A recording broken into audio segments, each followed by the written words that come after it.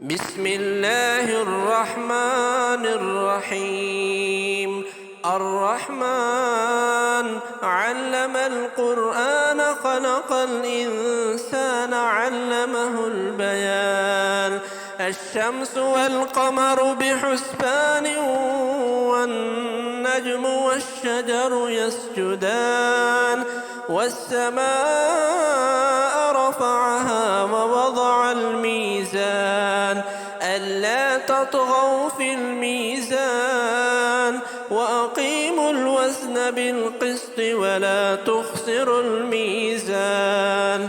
والأرض وضعها للأنام فيها فاكهة والنخل ذات الأكمام والحب ذو العصف والريحان. فبأي آلاء ربكما تكذبان؟ خلق الإنسان من صلصال كالفخار وخلق الجان من مارج من نار. فبأي آلاء ربكما تكذبان؟ رب المشرقين ورب المغربين. فبأي آلاء ربكما تكذبان؟ مرج البحرين يلتقيان بينهما برزخ لا يبغيان. فبأي آلاء ربكما تكذبان؟ يخرج منهما اللؤلؤ والمرجان. فبأي آلاء ربكما تكذبان؟ وله الجوار المنشآت في البحر كالأعلام. فبأي آلاء ربكما تكذبان؟ كل من عليها فان ويبقى وجه ربك ذو الجلال والإكرام. فبأي آلاء ربكما تكذبان؟ يسأله من في السماوات والأرض كل يوم هو في شأن.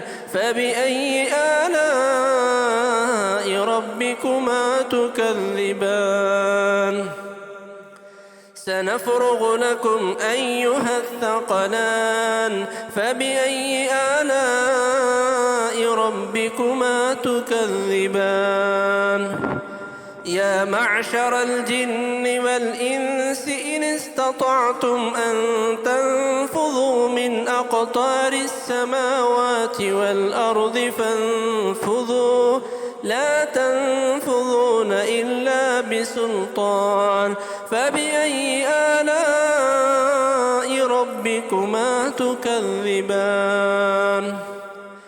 يرسل عليكما شواظ من نار ونحاس فلا تنتصران.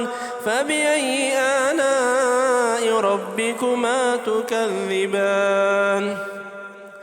فإذا انشقت السماء فكانت وردة كالدهان.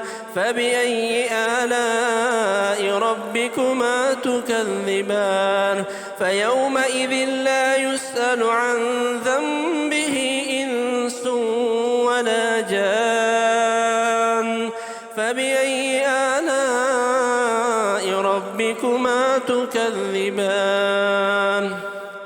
يعرف المجرمون بسيماهم فيؤخذ بالنواصي والأقدام.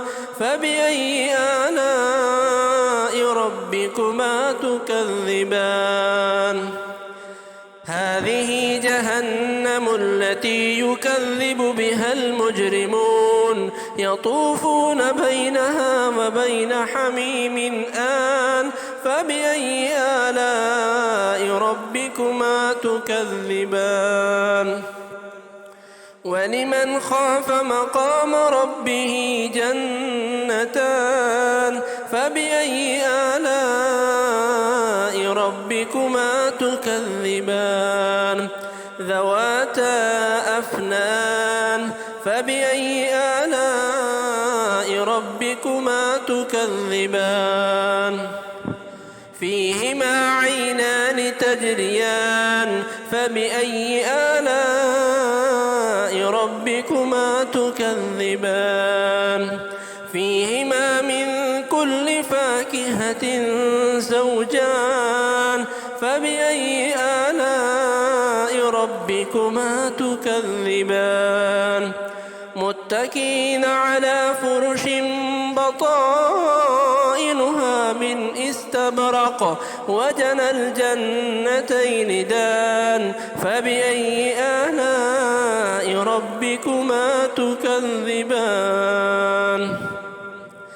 فيهن قاصرات الطرف لم يطمثهن إنس قبلهم ولا جان فبأي آلاء ربكما تكذبان كأنهن الياقوت والمرجان فبأي آلاء ربكما تكذبان هل جزاء الإحسان إلا الإحسان فبأي آلاء ربكما تكذبان ومن دونهما جنتان فبأي آلاء ربكما تكذبان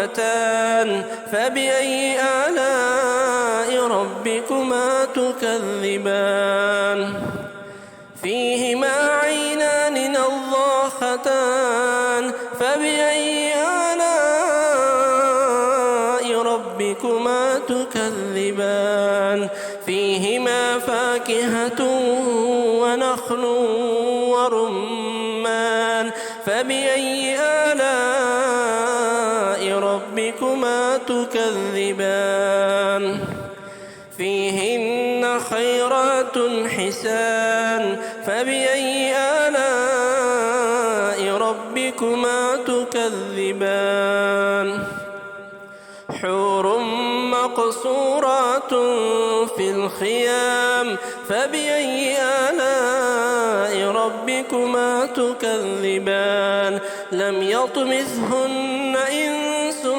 قبلهم ولا جان فبأي آلاء ربكما تكذبان متكئين على رفرف خضر وعبقري حسان فبأي آلاء ربكما تكذبان تبارك اسم ربك ذي الجلال والإكرام.